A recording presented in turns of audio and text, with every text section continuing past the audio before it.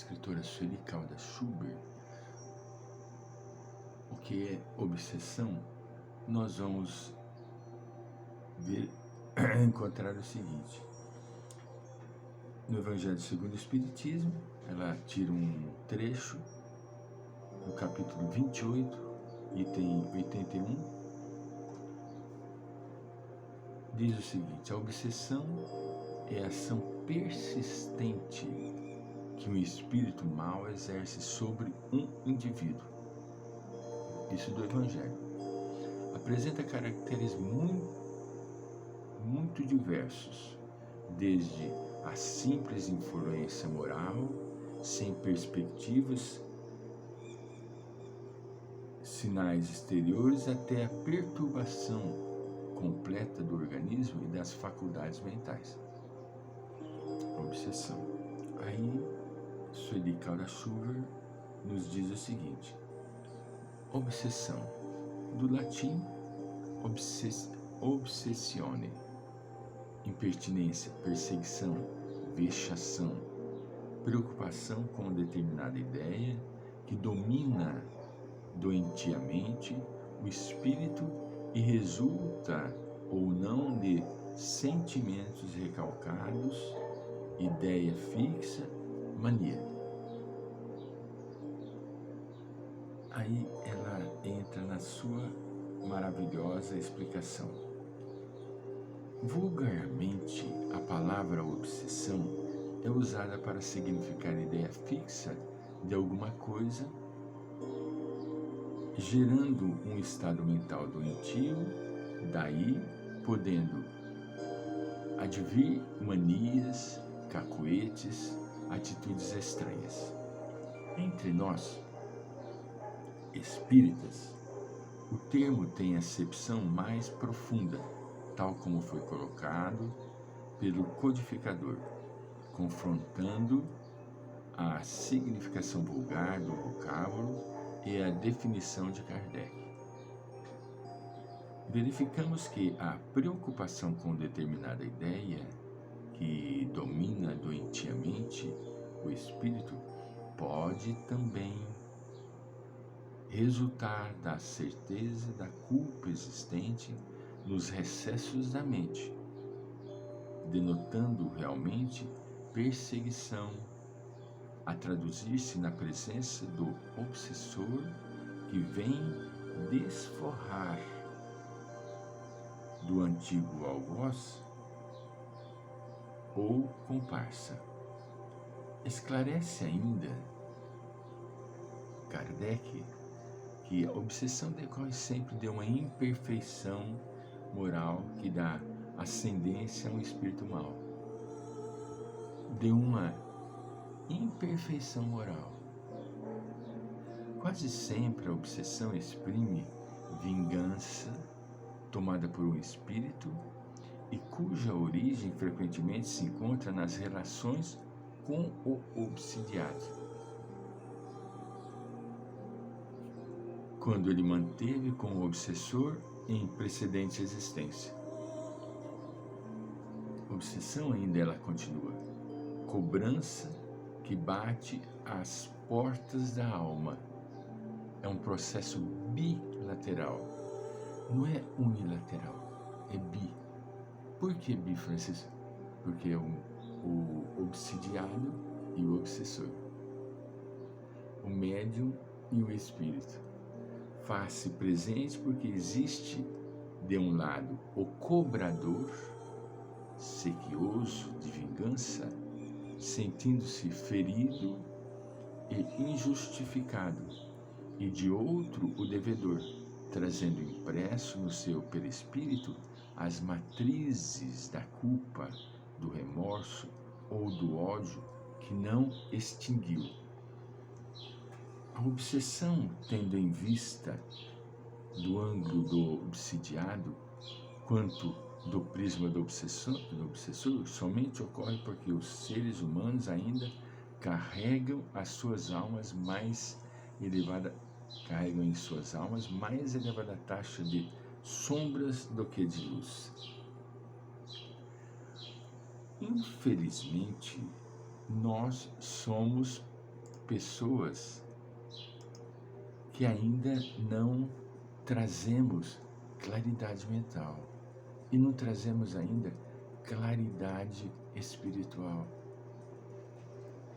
Para que a gente se liberte desse assédio obsessivo, nós precisamos mudar o nosso comportamento emocional. Nós precisamos mudar o nosso comportamento emocional. Sairmos daquele ímpeto de vingança, de ódio, de ira, porque isso só atrai coisas que não são boas. Só atrai coisas que não nos fazem bem. Por que vamos permanecer focando esses elementos? O prejuízo só é nosso. A vingança é característica do primarismo, lá dos primórdios da nossa existência, onde havia o duelo, onde havia as perseguições ocultas, não é? E que permanecem. Por que permanecem? Porque nós não mudamos o nosso estado interior. Nós permanecemos ainda lá como no primarismo. Pessoas enraivecidas, pessoas maldosas, pessoas prepotentes, pessoas vingativas. Orgulho, egoísmo. Nós não vamos conseguir de forma alguma nos libertarmos se nós não dermos um passo na nossa trajetória. No livro No Invisível, de Leon Denis, ele trata da obsessão da seguinte forma: todas as manifestações da natureza e da vida resumem em vibrações mais ou menos rápidas e extensas, conforme as causas que as produzem. Tudo vibra no universo: a luz, o som, o calor, a eletricidade, os raios químicos, os raios catódicos, as ondas hertzianas. Não são mais que diferentes modalidades de ondulação, graus sucessivos, que, em seu conjunto, constituem a escala ascensional das manifestações da energia.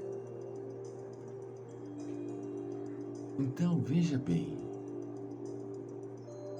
no trabalho do processo obsessivo, nós vamos notar que é uma forma de que nós nos sintonizamos com aqueles que ainda nos perseguem. Eles não perseguem porque são maus, não, eles perseguem porque eles são credores. Nós temos dívidas que não pagamos e nós não vamos conseguir caminhar nessa existência se nós não pagarmos os nossos débitos. Para podermos dar um passo mais à frente, nós precisamos quitar a dívida anterior. Aí as coisas vão se modificando. Do contrário, não estacionamos, viu? Não fica estacionado.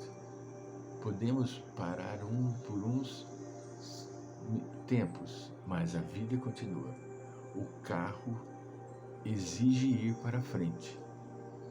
Nós não ficamos retidos e parados no tempo. O tempo, ele conduz a vida para frente. Não dá para ficar parado, para ficar para trás, em hipótese alguma.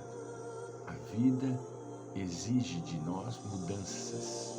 E essas mudanças só ocorrem quando nós fizermos mudança no nosso comportamento emocional.